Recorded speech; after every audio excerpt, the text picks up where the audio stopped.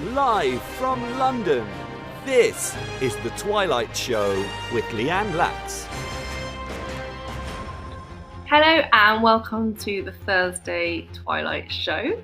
We are going to be talking qualifications into teaching and also how to get out of teaching.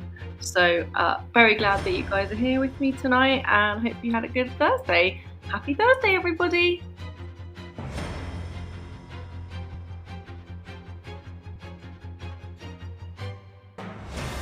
Live from London, this is The Twilight Show with Lianne Lax on Teachers Talk Radio.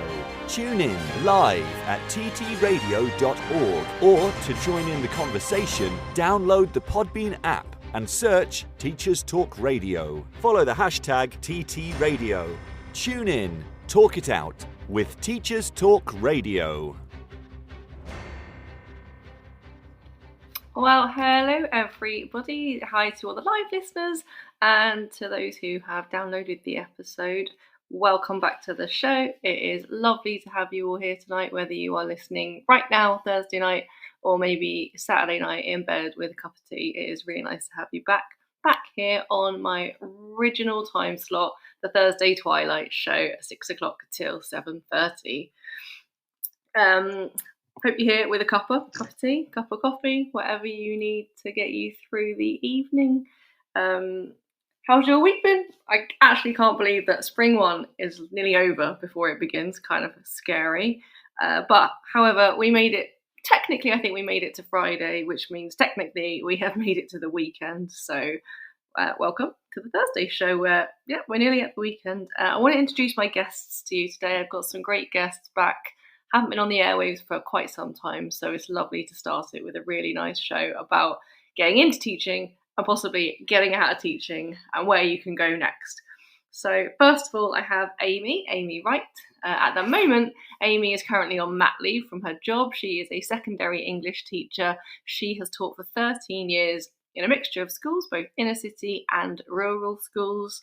Prior to having children, she was a whole school more able lead, raising standards lead for Key Stage 5 English, and she qualified as a Master of Arts in Education in 2013.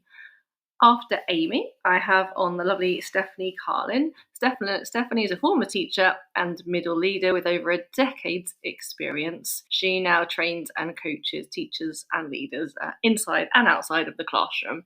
So like I said before, we're going to start with getting into teaching, and we're going to end the show with getting out of teaching. Never say there's no logic to the Thursday Twilight Show, because there is. As always, I thought I'd go back to my kind of format that I've always had before. And I'm going to start, as I always did, with Leanne's list. Just some things that popped into my head as the day goes by. I've started to realise that I'm possibly a little bit, what would the word be? Start doing one task, another task pops into my head and I go and do it just to make sure I don't forget to do it. So I think, for instance, today I was marking English books and then I decided to organise a box of Numicon, go back to the English books. So, please tell me I'm not alone in this as a teacher, that I do one job and then another job pops into my head and I think, oh my God, I must go and do it so I don't forget it. And this is probably why my brain is so exhausted by the end of the day, because my brain is jumping around all the time, just like my legs are jumping around. So physically exhausted and mentally exhausted, and now I know why. So first on my list for this evening are TAs, teachers, assistants, classroom assistants, whatever you would like to call them. I mean, aren't they just fabulous? Actual fabulous people, lifesavers. I think I'm going to go back to assistants, hopefully, with Amy, but I just think they're fabulous. I have the most amazing assistants, and I just don't know how you do it without them. I actually went on a training course once when I was an NQT about assistants, because I think one of the teacher standards is, how do you use your assistants effectively? And I remember sitting there, and thankfully, luckily, I've always had an assistant. I don't think that's common. I think a lot of primary teachers don't have assistants.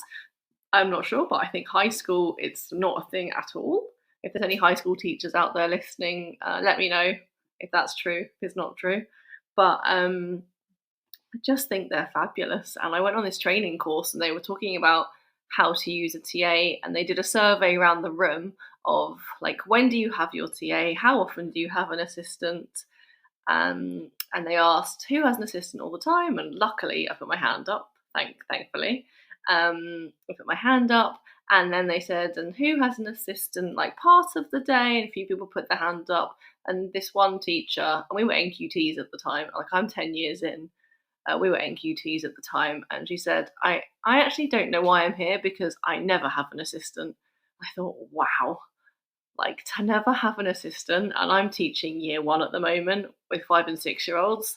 I just don't know how you do it. I think teachers, primary teachers that do it without one, are amazing, and they must have like such structures in place for their classrooms. I don't even know. I take my hat off to the classroom teachers that are doing it by themselves, because my TAs are so super valuable, and I just wouldn't be able to. I just think they're brilliant. Almost like mini teachers, and that's why I wanted to go back to it actually with Amy, because we're going to talk about qualifications into teaching, and I think TAs are so often used as mini teachers, and they don't have the qualifications, but we still trust them to do it, and we brief them, and we know we have the right groups with these TAs to kind of push them forward and to help us progress our classes. So yeah, TAs, big topic for tonight. My next item on Lianne's list is milk. Yeah, I know. I always have like a strange one on Lianne's list.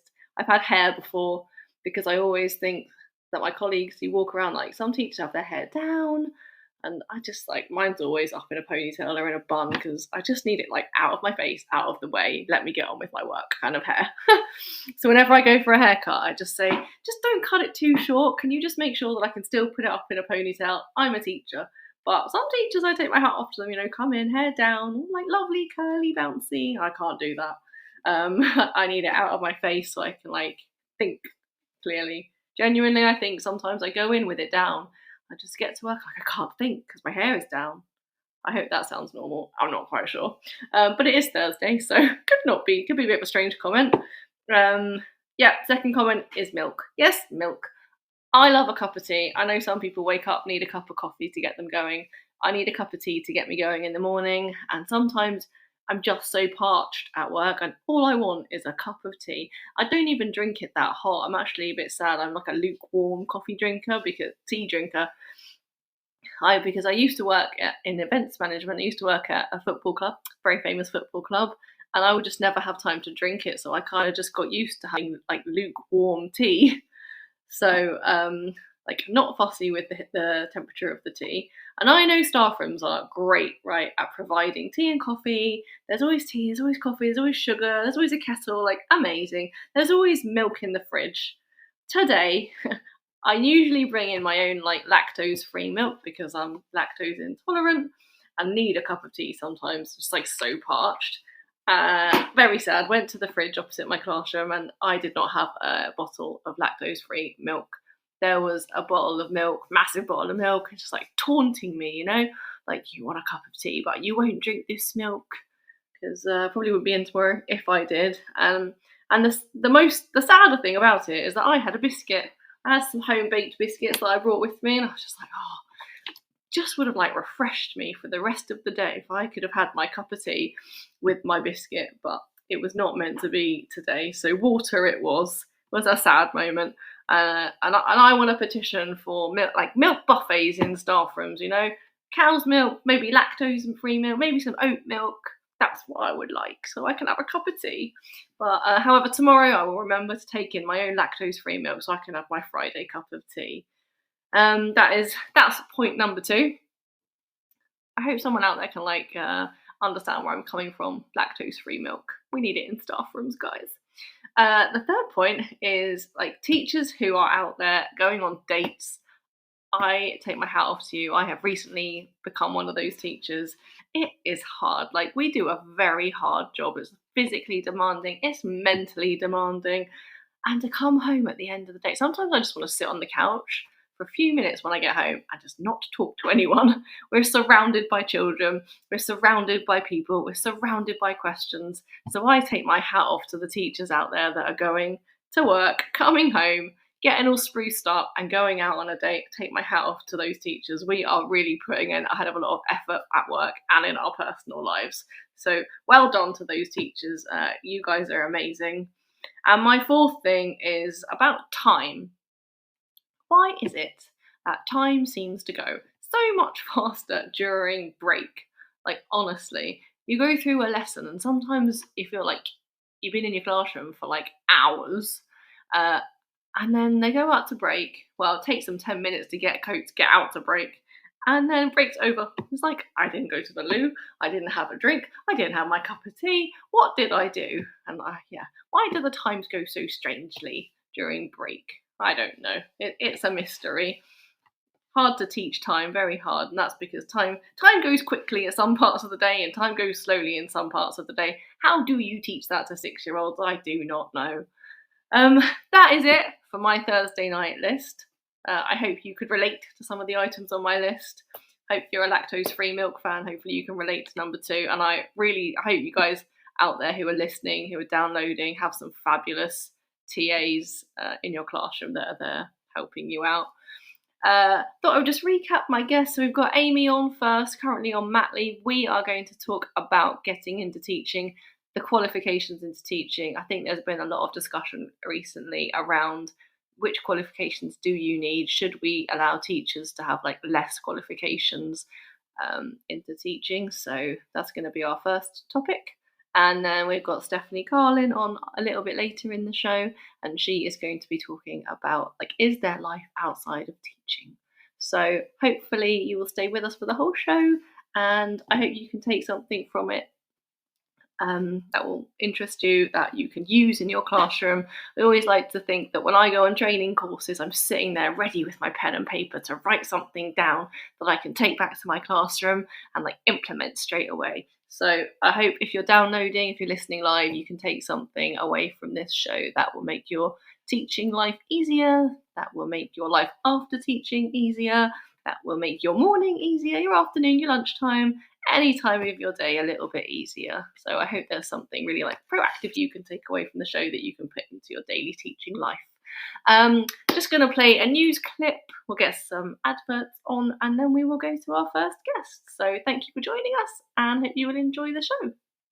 This show is brought to you in partnership with John Catt Educational, publishing professional development books and resources to support great teaching and learning in schools around the world. Have you checked out their latest releases? Use the code JCTTR2324 for 20% off your order. Don't miss out.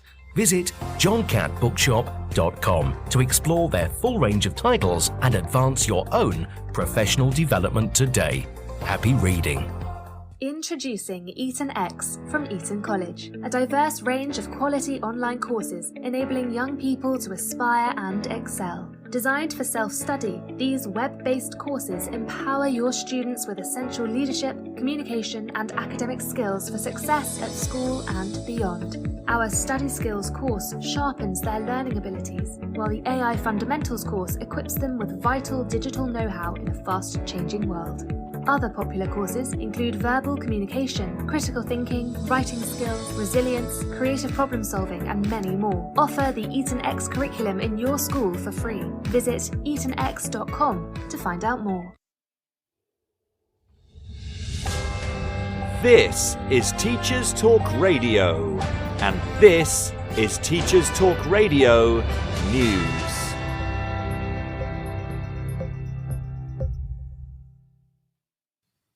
Ofsted finds itself in the news again as inspections paused for a 2-week period to allow inspectors to undertake mental health awareness training begin again on the 22nd of January. ITV News shared the results of a survey of almost 2,000 school leaders, which showed that 97% support the removal of single-word judgments. The survey, carried out by NAHT Union, followed the outcome of the inquest into the death of Ruth Perry. The union has urged Ofsted to implement a number of changes, including a mechanism for school leaders to halt an inspection where an inspector's conduct falls below standards, extending the notice period schools receive for inspection, and asking them to revert to a process, however temporarily, of ungraded inspections similar to those conducted during the pandemic. Meanwhile, the BBC reports that Ofsted has apologised fully for the first time for the role it played in Ruth Perry's death. The apology came at the same time as Ofsted responded to the coroner's Prevention of Future Deaths notice. In the PFD response, new Ofsted chief Sir Martin Oliver said, "Such tragedies should never happen again," and that he apologised sincerely for the part inspection played in her death. Since the death of Mrs Perry, schools judged as inadequate on safeguarding alone are now re-inspected within 3 months. Ofsted also changed its confidentiality rules to allow heads to speak to colleagues, family, friends and health professionals about outcomes of inspections before the report is actually published. The Department for Education has committed to working with Ofsted to review things during a consultation in the spring, which it is calling the Big Listen. Education unions praised Ofsted's positive steps, but said they were only the beginning. The weather has been front and centre of the news this week, with schools across parts of Wales and Scotland being forced to close due to snow. Icy conditions and weather warnings made for tricky travel and forced school closures in areas badly affected. For those concerned that the post-pandemic impact of remote learning would mean the end of snow days, pictures on social media and local news proved that this was not always the case. But anyone worried that the icy blasts will last can be assured that the weather is set to return to normal over the next few days. Authors, including Sir Michael Morpurgo and Mallory Blackman, have written an open letter urging the government to invest in early years reading. According to a Book Trust survey, only half of children between 1 and 2 from low-income families are read to daily, with some families struggling to access books and being in need of support. The letter from authors is addressed to both Prime Minister Rishi Sunak and Labour leader Sir Keir Starmer, and says it is not right that children from poorer backgrounds are deprived of a life rich in reading. Sir Michael Morpurgo is president of the Charity Book Trust and helped launch their new campaign Get Reading to support disadvantaged children in family reading. He spoke on BBC Radio 4's Today programme, saying that the younger that children are introduced to the power of stories, the better chance there is of putting them on an extraordinary pathway of knowledge, understanding and empathy. He also said that books need to be free at the point of delivery, like the health service. A DFE spokesperson said, "We are committed to raising literacy for children," but Sir Michael said that these efforts are clearly not enough. Finally, The Guardian features an article which looks at research in America that appears to show that children learn better on paper than on screens. The research follows headlines across the pond which focused on the nationwide collapse in reading scores among American youths, citing a 4-point drop in the comprehension skills of 13-year-olds, falling below skill levels of 1971 for the worst performing students. Politicians appear to be assigning blame to the pandemic and the subsequent lockdowns, with remote learning being labelled as bad for students by the Biden administration. Others blame teachers who they say lobbied for lockdowns. However, the article itself focuses on a new study by neuroscientists at Columbia University's Teachers College, which appears to show there is a clear advantage to reading a text on paper rather than on a screen, because it leads to what they describe as deeper reading. A sample of 59 children aged 10 to 12 were asked to complete a series of tasks, which led researchers to conclude that we should not yet throw away printed books and shouldn't rely on the digital revolution just yet. Further details can be read on the Guardian website. This has been your Teachers Talk Radio News with Jo Fox.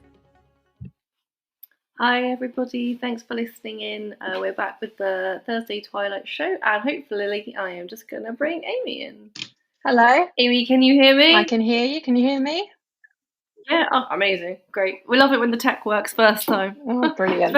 Especially because I haven't been on the air for a while, so I was like, I hope it all goes smoothly tech-wise. Well, welcome to the show. It's lovely to have you here. Thank you for coming on. How are you? Yeah, I'm really good, thank you. Yeah, I'm just sort of obviously on maternity leave at the moment, so that's been lovely, spending time with my children. Yeah. I know that I gave your bio before, but I was hoping not to put you on the spot, but maybe you could tell us a bit more about your teaching style before we go into the the topic we were going to talk about. My teaching style rather than my teaching experience, just to check. Yes. So like, okay. So, I would describe my teaching style as, using mostly traditional methods. I do a lot of sort of reading all the time around sort of current literature and current methods. I've been reading.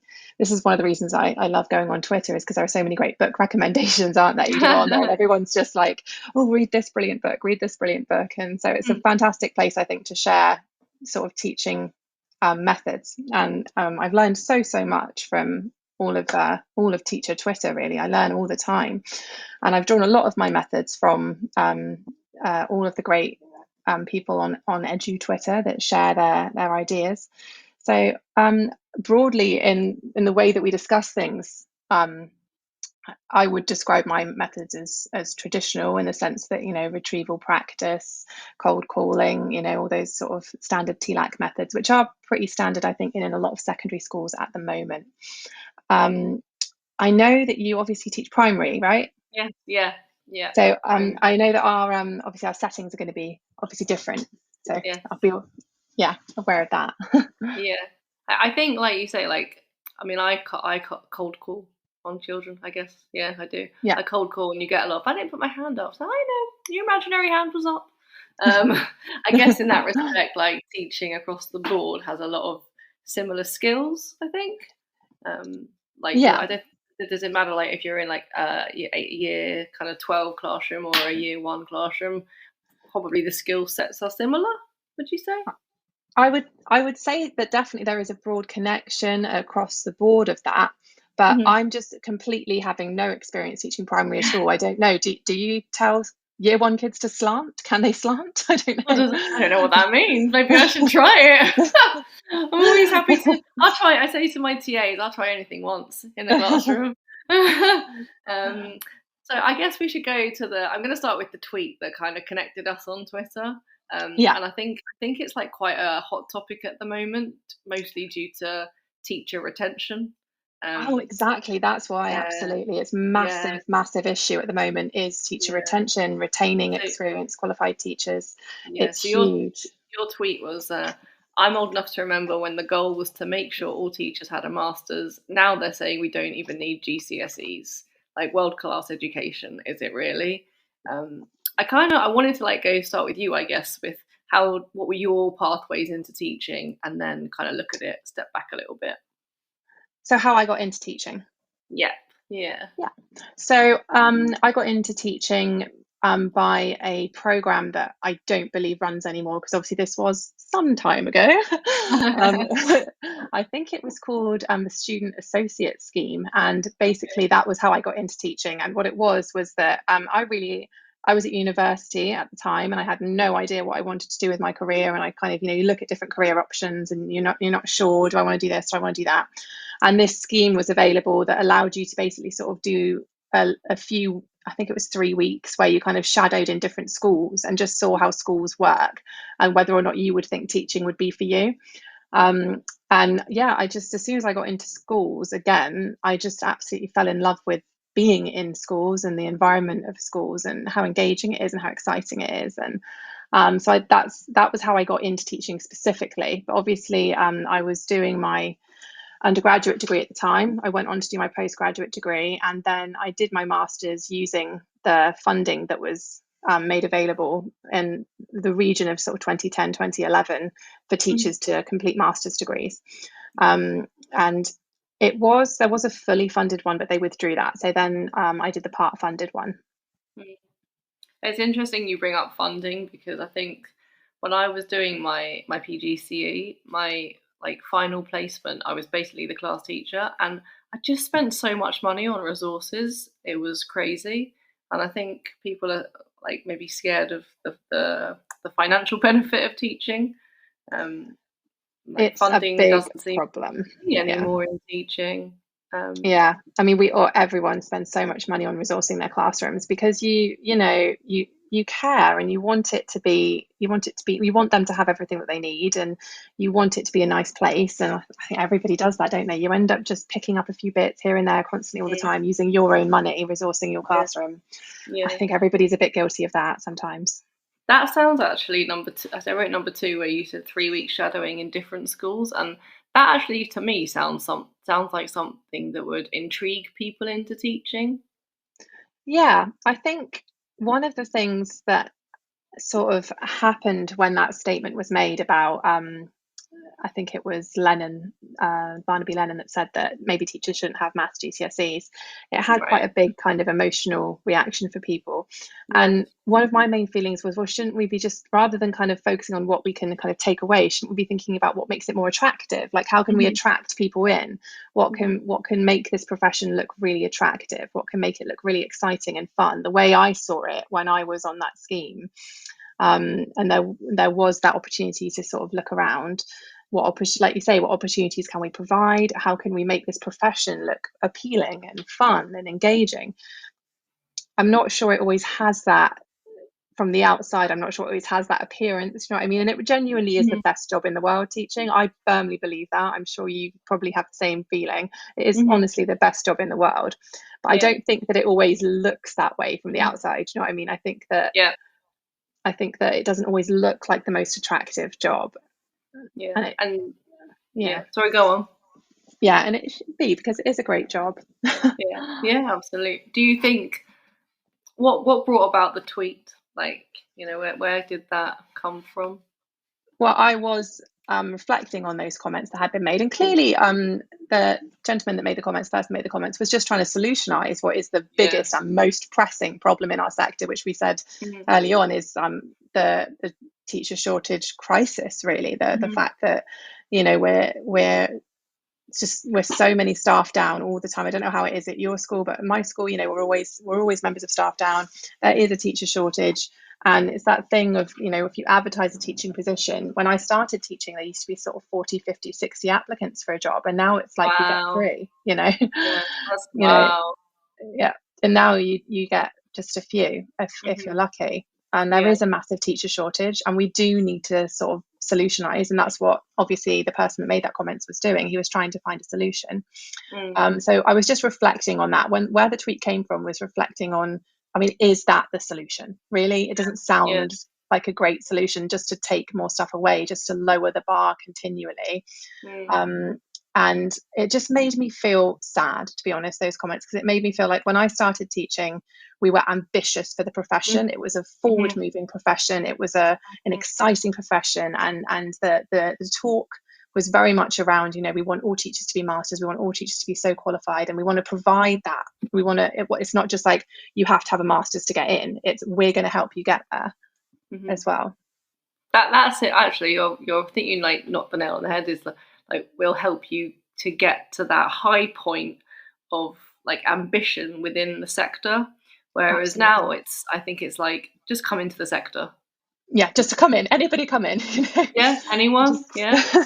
And like that again, like you say, does that make it sound appealing?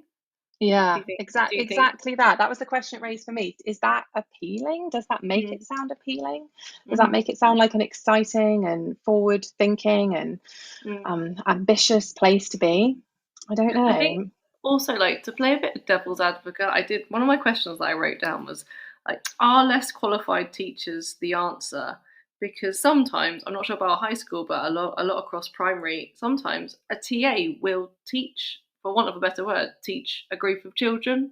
You know, you do have a lot of, not like less qualified, but less qualified with like a bachelor or a degree next to their name that are taking out groups and that are teaching. It happens a bit in secondaries. Obviously, again, I'm only talking from my own experience, which is limited to the schools that I've taught in. So I can't say if this happens more broadly elsewhere. But in my experience, from what I've seen, it happens a little bit in secondary schools. We get kind of small withdrawal groups that happen with teaching assistants. It's very rare to see a TA that again, from my experience, I've never seen the TA leading a whole class. And again, it's obviously GCSE, A level. it's kind of different, and I've not seen that really, but I don't know if it does happen elsewhere. But I think there was a lot. I think, like you started off by saying, they are the most incredible people. They are like gold dust in a secondary school. Yes. They are like absolute gold dust to have a TA in the classroom. They are the most fantastic people. Yes. And it's another reflection, I think, of the teacher shortage, is that I really remember that when I started teaching, one of my classes was a really small nurture group. There were a lot of needs in the room, such sweet, lovely children, but lots of needs in the room. And there was me. There were 12 kids, just 12 in that class, because it was a small nurture group, and I think 3 or 4 TAs in that class. Wow. If you can believe it. Yeah, I'm not kidding. That was genuinely real. And that was, I'd say, 10 years ago. And now, like I said, like gold dust to see a TA. I mean, they absolutely are fantastic people. And like you say, what I feel is that we should be offering them more training, rather than saying first of all, well, you can't do teaching unless you have this, that, and the other, this degree, that degree, etc. Well, can you offer that? Can you help these people that are brilliant with children? Can you find a way that perhaps they could get funding to do some of those things? Because at the end of the day, we want to upskill, and we want to use the brilliant people that we already have in the profession to the best of their ability and our ability. We want to make it so that everyone can kind of have that opportunity if they're able to. Yeah, I always think the best TAs become teachers, and then you lose good assistants. Yeah, I think that's probably true. Yeah, and I think, like you said, do you think they're missing a trick in terms of turning TAs into teachers, where they don't have to kind of leave their school or leave their classrooms almost? Do you think they're missing a trick there? Like, maybe that's a way to get more teachers in, is to use the people that are already in, kind of. Yeah, I mean, possibly. But like you say, I mean, there are brilliant TAs that are just brilliant TAs as well, and that is what they want to do, and that is their passion. And one of the problems, I think, is that they are just not, I'm plainly going to say, they're just not paid enough. TAs, they're not paid enough at all for what they're worth. They need to be paid much more for the job that they do, because the job that they do is absolutely fantastic. And we talk a lot about teacher pay, not being great. And there's been strikes over teacher pay not being great. But I mean, TAs need to be paid an awful lot more money for the job that they do, from my point of view. Absolutely. And again, if it's within something that they would want to do, offering them training would be wonderful. But I think you're right in that a lot of the best TAs that I've seen have become teachers. I'm trying to sort of think back in my head now based on that comment, but there are definitely TAs that I've seen that are just wonderful, wonderful TAs, and that is what they do, and that is their calling. Yeah. I wanted to kind of talk about the skills test. Do you mean like the QTS ones that we used to do? Yes, yeah. Do they still have that? Well, that's the operative word, Amy, is used to. So, let's just make it easier for teachers to get into teaching. We'll scrap the skills test. I don't know about you, I was never actually that academic in school. I've done a lot of exams in my time on this earth, but honestly, the math skills test is the hardest exam I've ever done in my life. Honestly, the QTS math skills test, what I found, I really remember doing it, and what I found really strange about it, I have such a strong memory of doing it and thinking, this is so odd, is that one of the questions on mine, I don't know if this is standard, was that you had to work out, with like a little time limit, like a little clock ticking down, if you were taking X amount of students on a trip, and each of the coaches sat like 52 kids or something, how many coaches do you need? And you had to do it really quickly, and I just thought, but you'd never have to do that in actual teaching, though, would you? Would sit down and you would work it out, you would just use a calculator. You wouldn't be trying to those tests were crazy, it has to be said. I mean, they made it difficult to get into teaching, and that's already disappeared. And I actually think, I passed on my third try, the maths one. And when I did it, it was, if you didn't pass on your third try, you had to wait 2 years to retake it. So when you say, crazy.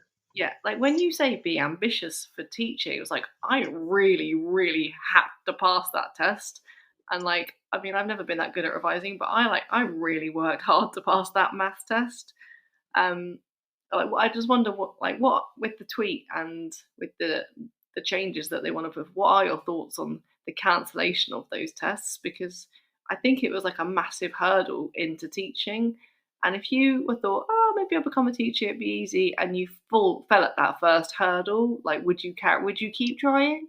You know? Well, to be honest, I think a lot of the talk at the time was, I mean, if a person has the maths and the English GCSEs, or I think there was another one, wasn't there? It was like you had to do three. Science, yeah, science.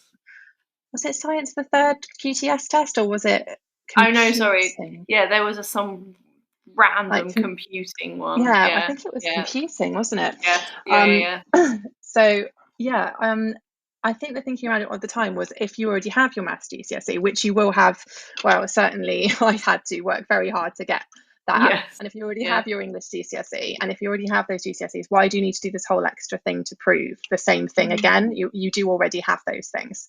So, Yeah.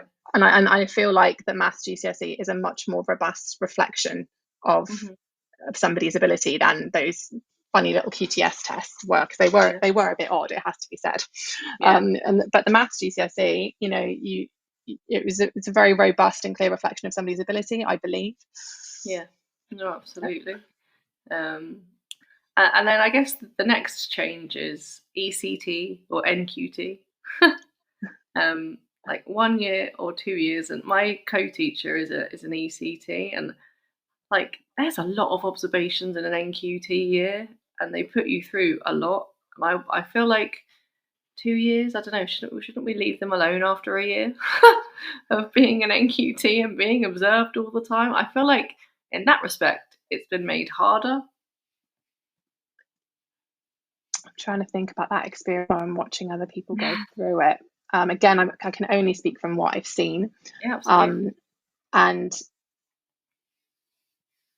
I'm trying to think how people have gone through it. I'm not sure I've seen, because I haven't been involved with our ECTs that much. I used to have quite a big role in helping to train teachers, but I haven't taken on that role in a few years. But as far as I can see, or as far as I can remember, it was always much more a really supportive process. I don't know if it's become much more critical, but it was certainly when I was starting out, it was a very supportive process. It was very much like, we just want to help you. Yeah. And the observations were very much just, you know, opportunities for you to kind of discuss your own practice and how you were finding it. I would hope that would be the spirit that it's in, rather than kind of this critical, if you don't do well on this, you're going to lose your position. Because I mean, again, massive teacher shortage, people. Like, let's not like threaten and kick out the ones that have just got in. Yeah, let's not scare them off. Absolutely. Yeah, let's not terrify these people that have worked really hard to get their positions and their qualifications. Do you think there are good teachers out there that don't have those GCSEs, that couldn't pass GCSE? I don't know. Do you think they're out there? I think it's what I've thought about it is that it's one of those things where there is it's a huge range of things that you have to do as a teacher, isn't it? I mean, I think you were talking a little bit about that earlier on. It is a job where it's not just one skill that you're using all the time. It's so many different things. Your brain has to be working on so many different levels in so many different ways all at once. And you have to be able to do all of those things. It is not just one thing that you're needing to do. And there are absolutely people that we've probably all encountered that are incredibly clever people, like very, very smart people that wouldn't necessarily be that great stood up in front of a classroom, for example. We probably all met people in our lives that are so smart but wouldn't do well in that environment necessarily. It's quite a specific environment, a classroom, and you have to be kind of, I think, quite a specific kind of person to thrive in that classroom. And not everyone would be willing to or would want to do that. But at the same time, the reverse is true as well. You might have somebody that's absolutely brilliant with kids, but doesn't necessarily have all of those other skills too. And you do have to kind of be the full package to be a teacher. I think you need to have all of those things. And although and people have always said this about exams and tests and things, it's a crude measurement, isn't it? It's a crude skill, but it is the only measurement that we have, is that exam and that sort of baseline. And if I was a C in maths, now is a 4 in maths, or a C in English, now a 4 in English. And if you remove those baselines, how much more gets removed? And again, like you said before, like, are we just sort of letting, is anybody coming in? And I don't know. I'm personally, I'm not overly comfortable with just sort of taking those things away, and just, especially in the background of the conversations going on in the country about, maths till 18, that kind of thing. If it's teach maths till 18, if we're just taking anyone in. I know. I mean, it stands in quite a strong contrast to my mind if we're saying that, maths is so important. It's such an essential skill, and I absolutely believe that it is. I'm an English teacher, but I absolutely believe that maths is a really important skill. I'm not necessarily saying that I think maths till 18 is a brilliantly thought out practical idea, but yeah, if we're saying that maths is so important that we need people to have it until 18, and in the same breath we're saying, but teachers don't need it. There are so many jobs. If you look at the list of jobs which you have to have a 4 in maths, are we then saying that teachers are not among those? That teachers are not the same equivalent as those jobs?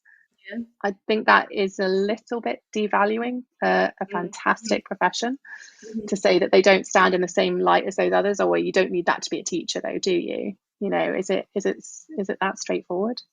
I'm not sure. They ask us to be role models a lot of the time, don't they? Yeah, exactly.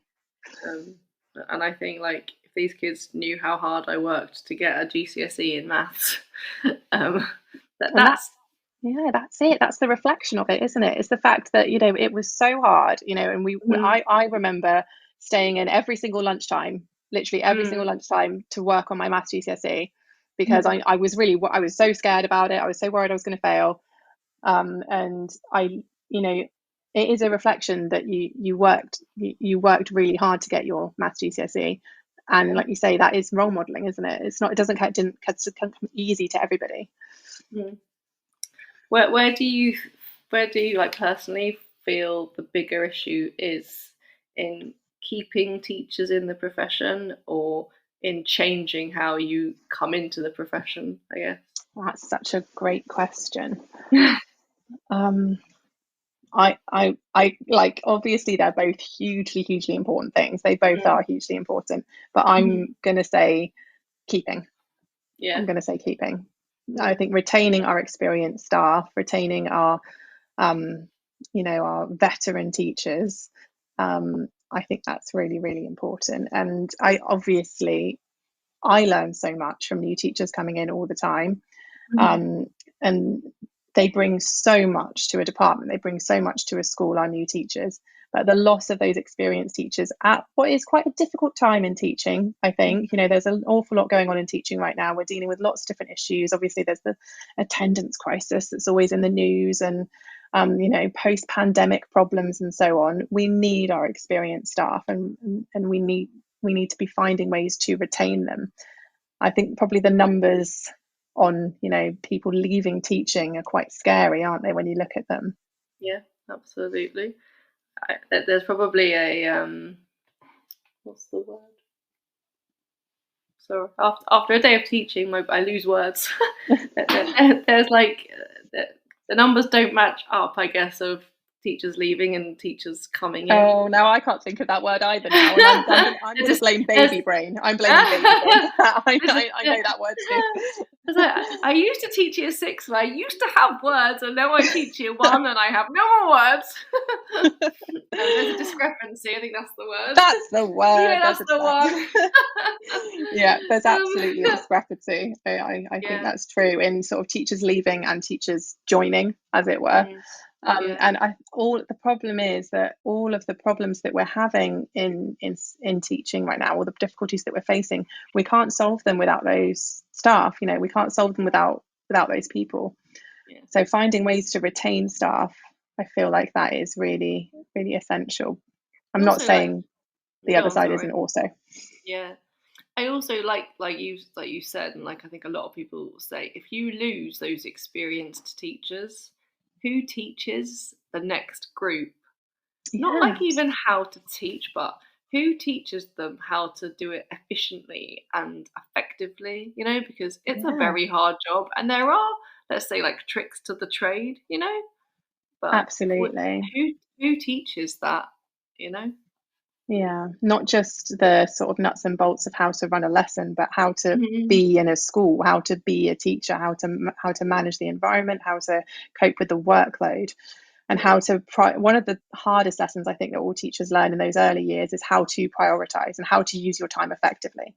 Those are Mhm. hard things to learn, Mhm. and I think as Yeah. an early years teacher you tend to, everything takes you so much longer and it's really Mhm. hard to manage time, and that's Mhm. something you need that older, that more experienced member of the department coming over and being like, you don't really need to do that right now, you should probably be working on this. Or Yes. maybe just leave that for 5 minutes because you're gonna run out of time on that. Why don't you just try working on something different or try something else? you need Mhm. you need those experienced teachers. You absolutely need that experience within a department, and if they're just leaving, like you say, who helps the next generation coming up? Mm. Because like you said, in the way that you came in with the 3 weeks shadowing, I don't think you get the luxury of that anymore. I don't think so, And no. and I've had a trainee teacher a couple of times in my old schools, and I said, like, go and watch other teachers. You'll never get this chance again. Um, It's, yeah, it was such valuable thing to be able to spend that time seeing. I don't know, there has been yeah, but just that there has been a shift, but just seeing lots of different styles and lots of different ways of doing things and kind of thinking, what will I be like? What will my style mm, be? Who will I mhm, be in the classroom? Am I going to be like this teacher? Am I going to be like that teacher? What will I be like? And having that time to kind of shape your craft, yeah. shape your style. Yeah, I think, like, just to kind of just to close it off, like, if you could make up your own pathway into teaching, what kind of things would it include?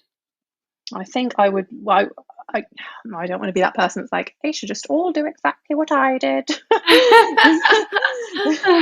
Well, I think Because your route in was different because I did a PGCE, and like I wish I had 3 weeks shadowing different teachers. I didn't because, yeah, it was like, here's a class, teach them. Um, but I did a PGCSE after my shadowing, so I did the 3 week Mhm. shadowing and then I did my PGCE. But yeah, Great. I really feel like you should have that, should be an opportunity for people to have that, as because obviously I think some people would have had a different experience to me and gone in and thought, actually, this is not for me. Mhm. And if that's happening kind of halfway through a course, then that's different to just like after a couple of weeks, isn't it? So I think Yeah. it would be helpful for both sort of methods, really, to sort of entice people in, but also to give people that awareness of what a school is like, what it runs like. Because Mm. a lot of people, may have been out of schools for years and they forget that kind of the sound of the bell and they get everything moving and Mm. and the chaos of the corridor. And well, Yeah. not all corridors are chaotic, but Yeah. No. so I would think, I don't want to be that person that's exactly what I did, but I would think it would No. be Go ahead. nice to have that opportunity for people to do shadowing. Obviously, Mm. I can't actually remember now whether we had to do any kind of DBS check or anything like that. I'm sure we did. I don't think they would have just let us wander into a school without one. I'm pretty sure that we did all have to do DBS checks. Yeah. But that was possible at the time, so I'm not sure why it wouldn't be possible now. Mhm. But certainly, I'm going to stand firm on saying that I don't agree with removing kind of those baselines in qualifications. I think people should, um, like you say, be role models and make sure that they've got the opportunity to learn those things and have Mhm. been given the opportunity to learn those things. And I think that's more important than just saying, rather than giving people the opportunity to get these qualifications, we're just going to make it so they don't have to have them. I feel like Mm. that's a really lazy way out. You know what Yes. I Yeah. It mean? is. Yeah. Um. But then the people are gonna think, just to kind of finalize. I think people will think, oh, like, easy way in, great, I'll go teach. They'll get into teaching. They'll be given a class that people will be like, okay, you need to plan 10 lessons, and you've got 2 hours to do. And people are gonna be like, what? I thought this was an easy way into a job. Yeah. I think it would be a shock afterwards if you haven't like you say, had that personal ambition to get into it, because you need that kind of drive, I think. Yeah, which is why I think that kind of that sort of just seeing what it's like first is so helpful, which is what I had, the opportunity that I had to go into a school and see what people were doing, see what teaching, a little bit of a taste of what it was really like.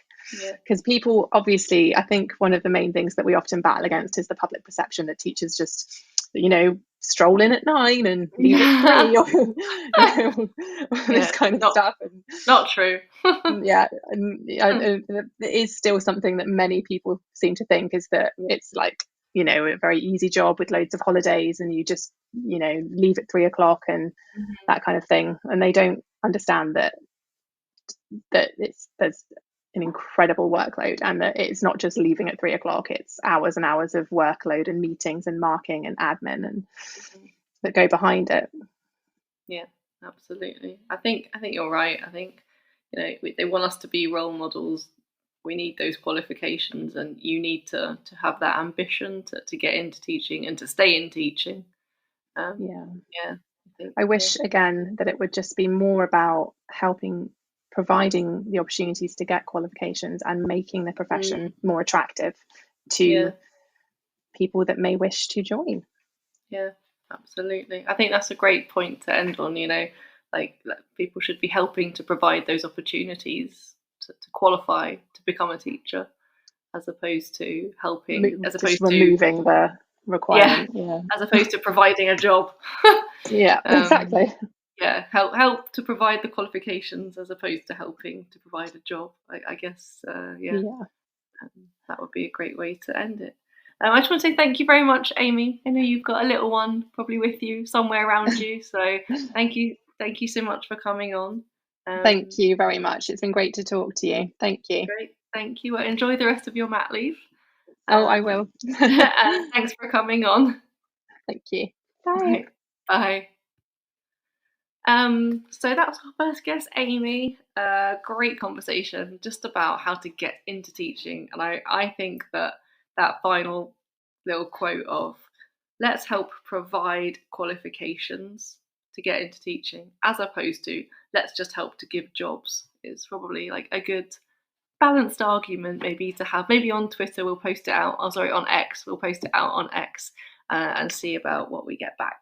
So I'm just going to pop to the news again, and then I will bring in Stephanie.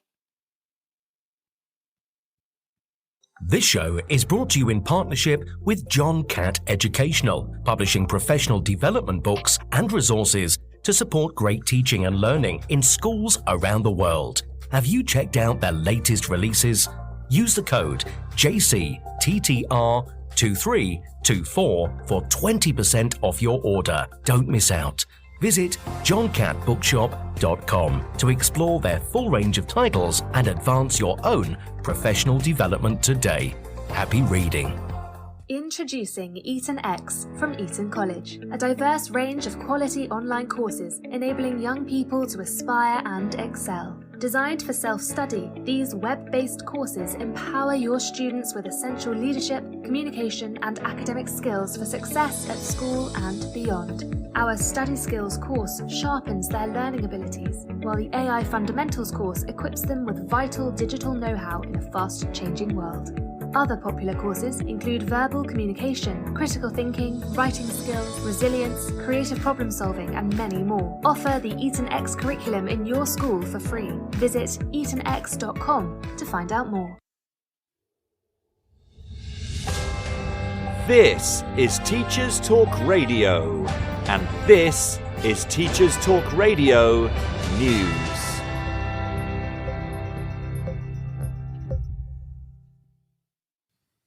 Ofsted finds itself in the news again as inspections paused for a 2-week period to allow inspectors to undertake mental health awareness training begin again on the 22nd of January. ITV News shared the results of a survey of almost 2,000 school leaders, which showed that 97% support the removal of single-word judgments. The survey, carried out by NAHT Union, followed the outcome of the inquest into the death of Ruth Perry. The union has urged Ofsted to implement a number of changes, including a mechanism for school leaders to halt an inspection where an inspector's conduct falls below standards. extending the notice period schools receive for inspection, and asking them to revert to a process, however temporarily, of ungraded inspections similar to those conducted during the pandemic. Meanwhile, the BBC reports that Ofsted has apologised fully for the first time for the role it played in Ruth Perry's death. The apology came at the same time as Ofsted responded to the coroner's Prevention of Future Deaths notice. In the PFD response, new Ofsted chief Sir Martin Oliver said, "Such tragedies should never happen again," and that he apologised sincerely for the part inspection played in her death. Since the death of Mrs Perry, schools judged as inadequate on safeguarding alone are now re-inspected within 3 months. Ofsted also changed its confidentiality rules to allow heads to speak to colleagues, family, friends and health professionals about outcomes of inspections before the report is actually published. The Department for Education has committed to working with Ofsted to review things during a consultation in the spring, which it is calling the Big Listen. Education unions praised Ofsted's positive steps, but said they were only the beginning. The weather has been front and centre of the news this week, with schools across parts of Wales and Scotland being forced to close due to snow. Icy conditions and weather warnings made for tricky travel and forced school closures in areas badly affected. For those concerned that the post-pandemic impact of remote learning would mean the end of snow days, pictures on social media and local news proved that this was not always the case. But anyone worried that the icy blasts will last can be assured that the weather is set to return to normal over the next few days. Authors, including Sir Michael Morpurgo and Mallory Blackman, have written an open letter urging the government to invest in early years reading. According to a Book Trust survey, only half of children between 1 and 2 from low-income families are read to daily, with some families struggling to access books and being in need of support. The letter from authors is addressed to both Prime Minister Rishi Sunak and Labour leader Sir Keir Starmer, and says it is not right that children from poorer backgrounds are deprived of a life rich in reading. Sir Michael Morpurgo is president of the charity Book Trust and helped launch their new campaign Get Reading to support disadvantaged children in family reading. He spoke on BBC Radio 4's Today programme, saying that the younger that children are introduced to the power of stories, the better chance there is of putting them on an extraordinary pathway of knowledge, understanding and empathy. He also said that books need to be free at the point of delivery, like the health service. A DFE spokesperson said, "We are committed to raising literacy for children," but Sir Michael said that these efforts are clearly not enough. Finally, The Guardian features an article which looks at research in America that appears to show that children learn better on paper than on screens. The research follows headlines across the pond which focused on the nationwide collapse in reading scores among American youths, citing a 4-point drop in the comprehension skills of 13-year-olds, falling below skill levels of 1971 for the worst performing students. Politicians appear to be assigning blame to the pandemic and the subsequent lockdowns, with remote learning being labelled as bad for students by the Biden administration. Others blame teachers who they say lobbied for lockdowns. However, the article itself focuses on a new study by neuroscientists at Columbia University's Teachers College, which appears to show there is a clear advantage to reading a text on paper rather than on a screen, because it leads to what they describe as deeper reading. A sample of 59 children aged 10 to 12 were asked to complete a series of tasks, which led researchers to conclude that we should not yet throw away printed books and shouldn't rely on the digital revolution just yet. Further details can be read on the Guardian website. This has been your Teachers Talk Radio News with Jo Fox. Hi everybody, welcome back to the Thursday Twilight Show. I'm going to bring in Stephanie straight away because she's been waiting in the wings for quite some time. Stephanie, can you hear me? I can. Good evening. Hi, good evening. How are you? Yeah, I'm really good, thank you. Good. Thanks so much for coming on. So I know you've been waiting around a bit in the wings, and maybe you heard a bit. We started off the show kind of talking about ways into teaching. and I linked up with you on X, kind of talking about pathways after teaching or pathways out of teaching. So maybe I just wondered if you could kind of give us a little bio of yourself just before we kind of get into the conversation. Yeah, certainly. I did listen to all of the show so far, so some really interesting things coming up about why people are leaving, and I guess that does link to my bio as well. So I have 13 years classroom experience, 7 as a middle leader, head of humanities, and then in a more kind of pastoral teacher support role as well. And I left the classroom this September, and it was a hard decision, but one that I'm really pleased that I took. And now in my work, I work part-time for Lancashire Mind, which is a mental health charity up here in the Northwest, and I work for myself as a coach and trainer, supporting schools and teachers. So some of my work is very much about trying to help teachers stay in the classroom, and some of my work is about supporting people either to make the decision or to kind of find their pathways out. So pretty diverse. What brought about the decision to leave? Was it one thing that triggered it? Was it kind of a few things, or? Yeah. Well, as a history teacher at heart, there's always multiple causes to a decision.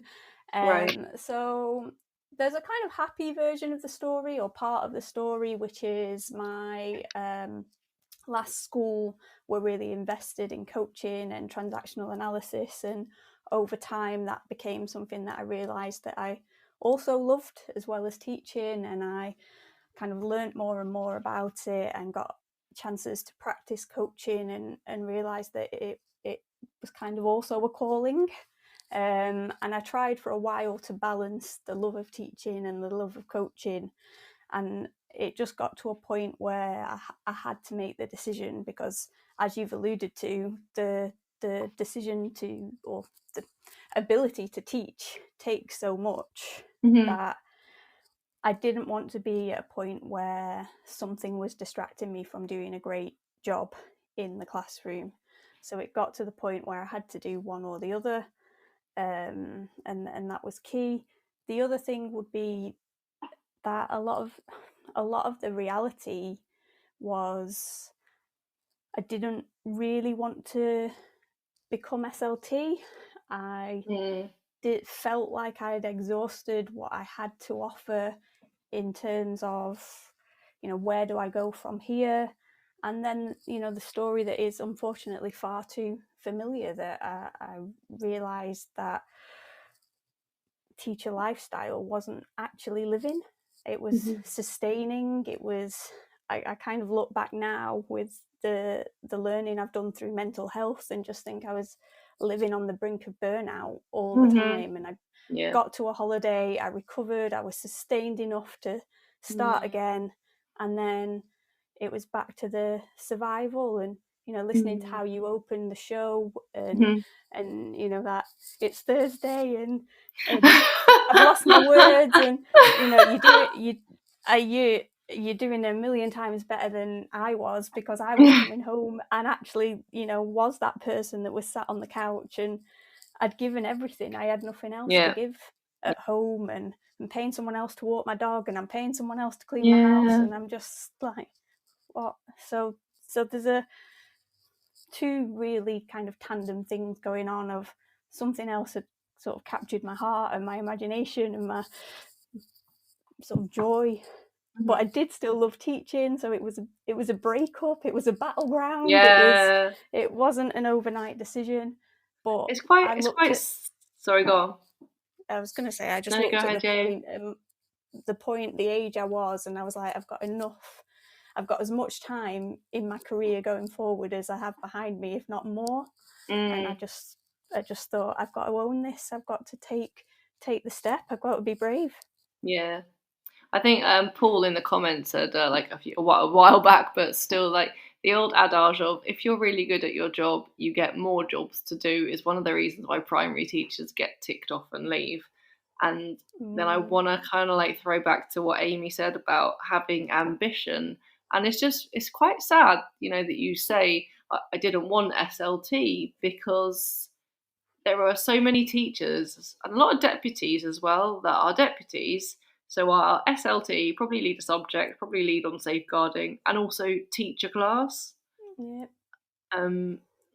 And like, how do you kind of balance that as a teacher? I know you said that you got to a point where you didn't want SLT, and it's kind of sad. I think chef. I used to work in hospitality, and chefing is the same. The more you rise up, the less you cook.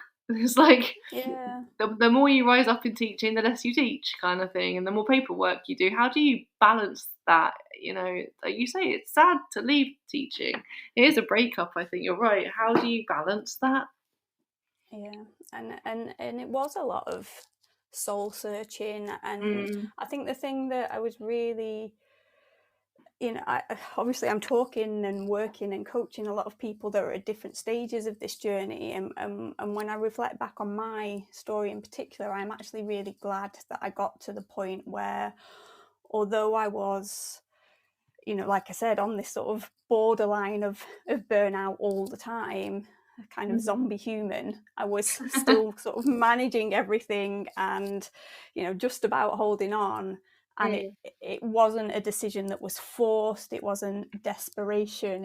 It wasn't, I'll just take any job. And unfortunately, some people do leave in that manner. So I feel kind of really grateful that I didn't. And also, that's why I'm really kind of passionate about talking about it, because if we can help people, try other things, is it that you need a different school? Is it that we can just look at how you are approaching the job, and maybe there are things that we can do to keep you there.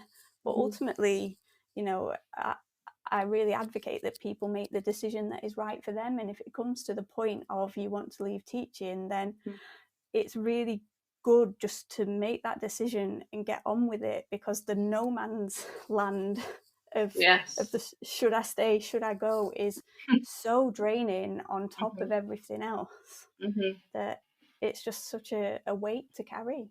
Yeah. What can you maybe give, let's say, like 2 reasons that you would give someone to stay, and 2 that you would maybe give to leave, or options how to stay? Like, how do you stay in teaching if you're at that point of I need life after teaching? That is really challenging. I guess the answer isn't the same for everybody, but the one thing that I would say is the same for everyone is find somebody to talk to, and preferably somebody independent. And the reason I say that is because as soon as you mention it at work, you've said it at work, you've said it in your workplace, and that does sort of change things even subtly, or people have that in their head that so-and-so might leave or whatever. And if you decide to stay, that you told somebody you might go, and it's just baggage to carry around. And the other thing, I felt like I have a wonderful family, partner, friends, but they also carry their judgments with them, whether that is a judgment of love and teaching is a good career, think of the holidays, think of the holidays. You've got you've got a mortgage to pay, you've got a pampered dog to look after, and it's that kind of still from a place of love, but that stay in your lane kind of thinking. And teaching is a job that is your identity. And even now, I don't meet anybody and not say either I was a teacher or I'm a teacher that's not teaching, or because it is absolutely something that is true at the very core of me. And that's something that you do have to deal with, is this identity piece of how other people see you, how you see you, and talking about that independently with someone that has no judgment, that can help you create this version of who you want to be. You're so right. Really powerful. It's a part of identity. it sounds a bit sad because it is a job, really. But I remember ages ago. This is so random, definitely. But I went on a date with this guy. And I was like, so I'm a teacher. What do you do? And he was like, oh, I do like this. I do a bit of that, a bit of this. I was like, no, I'm a teacher. What's your job? And I do think it comes down to a bit of like identity, and it's not just a career. I don't know. I think there's a difference between I'm a teacher and I don't know, like I'm a marketing professional, or not to put any other job down, but I do think there's a bit of identity in it. And it's something, if you think about the conversation that you've had earlier about the training methods that you go through, and the amount of people that have input on your career, the amount of young people whose lives you affect, like how can that not impact your heart and your soul? Of course it does. And you're right, some of the work I do in now, because I have to be a jack of all trades as you try and set up your own business. Like some days I do sit here and go, playing on Canva does not set my soul alive to try and make some marketing material the way that teaching would. But the conversations that I get to have and all those things, and equally even in teaching, like let's face it, there are still bits of the job that also don't set our souls alive. So it's just being an adult, isn't it, really? What would you say, like, could you put a list together of options after teaching, or is it more a personal kind of journey? Because I know, like, I for sure have Googled. I for sure have Googled it at times, and I've been like, oh my god, I don't know what to do with my class. Like, I need something different. And you Google it, and you get a lot of like, you can be a tutor. I'm like, oh, that's still teaching. I would say there are definitely people who've got their whole businesses now that are designed to sort of show how skills are transferable. Some even post jobs and sort of suggest that these are jobs that would suit transferable teaching skills. What I would encourage people to do is just actually go back to your drawing board of what is your actual like dream job to do, like what can you do that because you're taking away a job that means so much in most people's cases, that it just jumping onto any old job isn't going to bring you the happiness that you're probably looking for. So research of that, talk to your friends, and what do their friends do, and research was massive. I called it the real world discovery when I was and I just asked people, who do you know, what do you do, what does that mean? Because everything is different as well. Like once you get to the stage where you start to apply for jobs, like when you tell people that a teaching interview happens in a day or 2 days, and then you find out on the day, like people's minds are absolutely blown. I just moved schools, and my old boyfriend was like, when it's so difficult because when do you go for the interview and you don't want to say anything because you might not get it. He's like, well, just go after school. And I was like, no, I have to teach a class that I've never met. And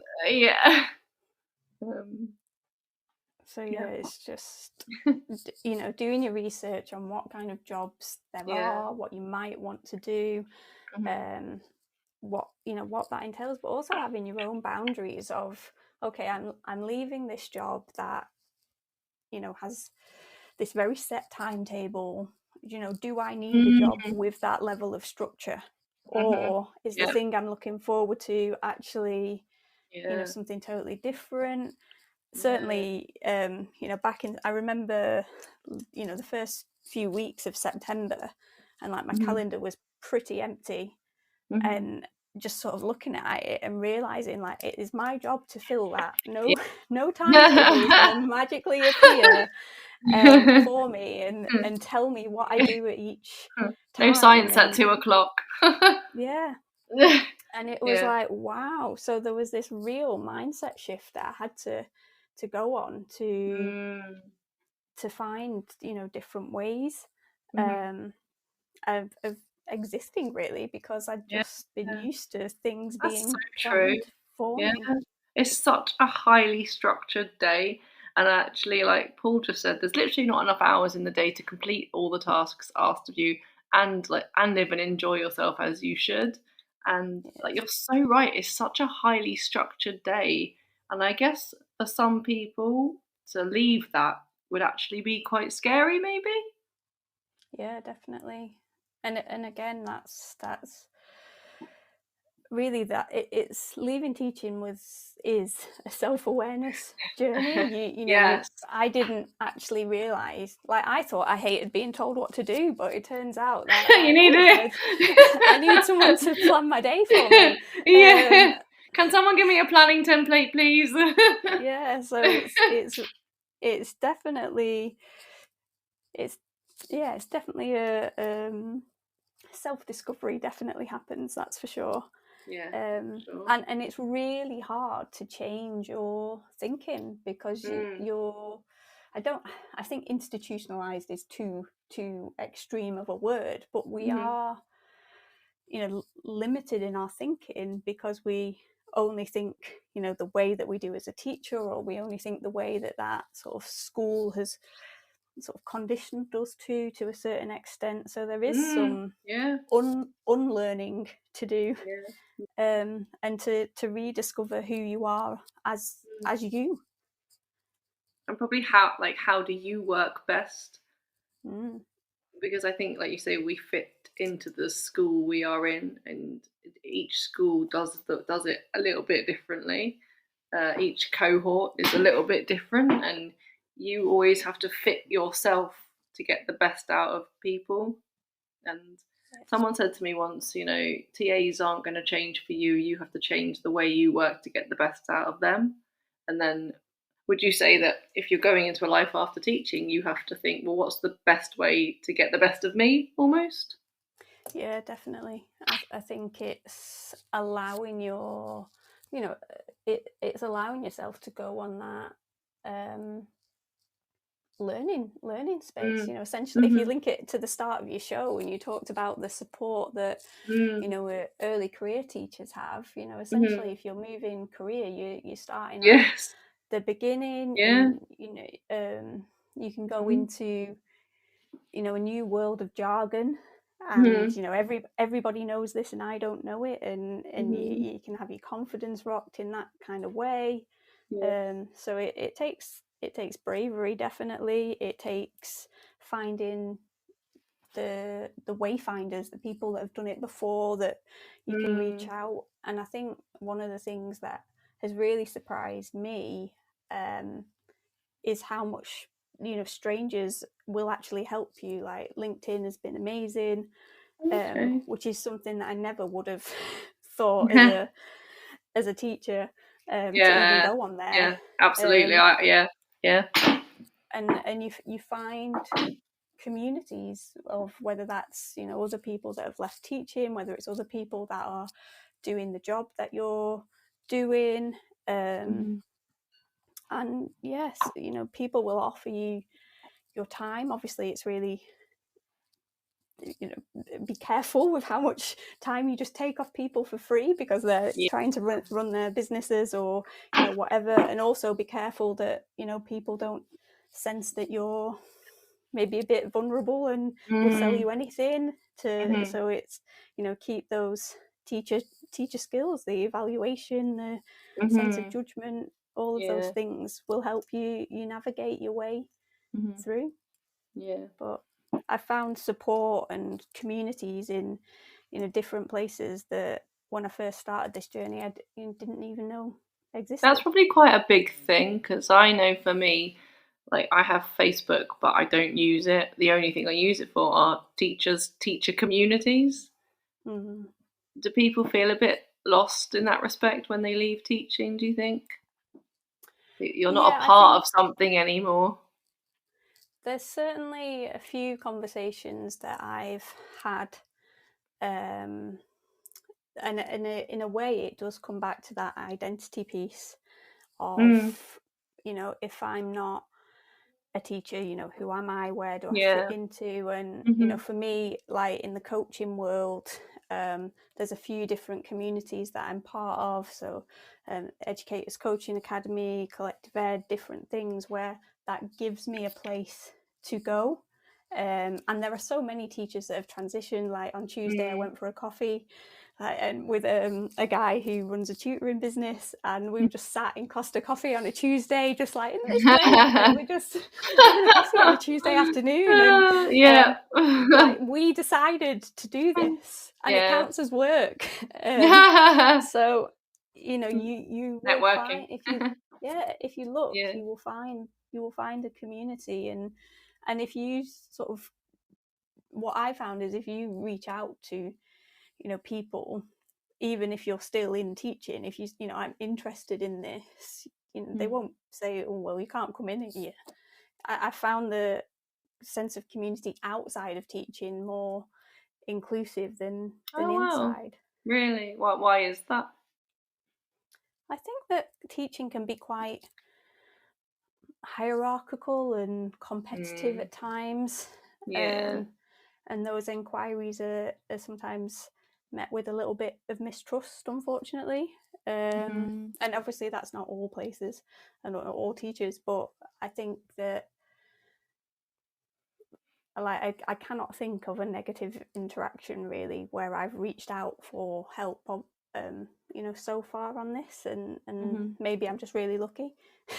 I guess there's probably a sense of relief in the communities that you're in, whereas the teacher communities, it's like a sense of, please help me. Yeah, no, you're right. And I was thinking about what you said about the ECT framework and the impact of that on the trainee teachers. And actually one of the big factors of me actually finally deciding to leave was that mentoring had been one of the biggest joys of my whole career, and I'd done it for different universities, done it for Teach First, done it for the skits, so I'd done it for a range of different teacher training methods. And then when the ECT framework came in, it's the 2 years, which I think I don't actually necessarily have a problem with, but it's that teachers' free time. No mentor is paid for that work. It's not recognised on your timetable. And then the way the framework came in, it was very much, you talk about these things at this time, and it took away the professional decision making. And it took away the joy of mentoring, and it was like, if this, my time's not recognised, I have 2 ECTs, different stages, and they were both wonderful. They themselves I really enjoyed supporting, but the actual system took that autonomy away, and it was like, well, what is the point of me having all this skill if I have to use it a certain way? And that was a real key point, that professional decision making seemed to be becoming less, even though I was becoming more experienced. It made no sense to me. I kind of wanted to end on a tweet that I saw. I had to scroll through your sorry, not tweet, an X. I wanted to touch on it. It said, "Don't let Monday steal your Sunday." I love a bit of I love a good rhyme, but also I'm sure it talks to a lot of teachers. Don't let Monday steal your Sunday. And I used to work shift work because I used to do hospitality, and I never understood that Monday dread, because my Monday could feel like my Thursday, But at times in my teaching career, I have understood it. How can you do that? How? In teaching or out of teaching? I guess if you're on that verge, that fence of Monday is stealing my Sunday and I want out. How can you kind of stay in Sunday?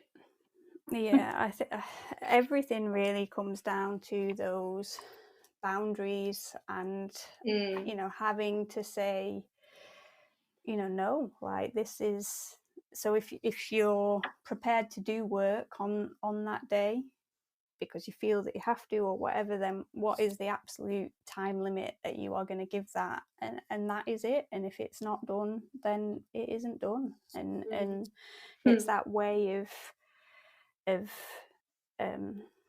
putting those boundaries in for yourself. It's also like, what is it that you can do, that you can enjoy in that time frame, so that you know that there's something that you've looked forward to, that's going to give you rest, that's going to rejuvenate you in whatever way, and that'll be different for each, you know, person listening. But I think the one thing that, you know, I would say for, and it's really difficult for me because the last thing I actually want to do is say to every teacher, like, leave the profession, like that. You know, like that's not really no, absolutely what I would want to be known for. But you know, I can only speak from personal experience, which is of having my evenings back, of having my weekends back. It's absolutely, you know, really made me happy, made me feel well, made me feel human. And what really the vision is that every teacher should feel the way I do. I shouldn't have had to leave the profession to feel like this, and you know, that's the revolution that I want to be part of. I think Sunday night is a tough one for teachers, isn't it? Yeah, and it's really, I think for me, one of the I think it's also important that I say that not everything is rosy on the other side. You know, absolutely. There are sure. things that are frustrating. There are, you know, some people take pay cuts, all those different things. So, you know, it's not like there's never a challenge or there's never a frustration or never a bad day. You know, but I remember seeing the, you know, being on X, the Sunday night everyone was going back to school, and it was just relentless tweet after, or X after another. You know, how long is it till the holidays, or and it you know, really A made me sad, but it B just made me so grateful that I found something inside myself to go, right, I'm not accepting that is my life anymore. I think that's it. It's a bit of mindset, isn't it? Hugely. I don't want that to be my life, and I think you can stay in teaching and have that mindset, and I think it can work, and I think you can also leave teaching and have the mindset as well. I think it probably works both ways. Yeah, definitely. There's a middle leader that I work with in coaching. Was a couple, but one of them really sticks out at this moment, just because we have done a lot of work on, you know, putting those boundaries in place, doing the vision thinking, like, you know, in that coaching space. That means that they can, you know, say, like, that's when I've done that, these are the things I'm going to follow up and go and do, and it means that it's not consuming all that other time, because it's thought about and planned and done in that space. So finding a way, or finding a system or a routine that suits is massive. But the challenge is that you always think your to-do list is more important than you.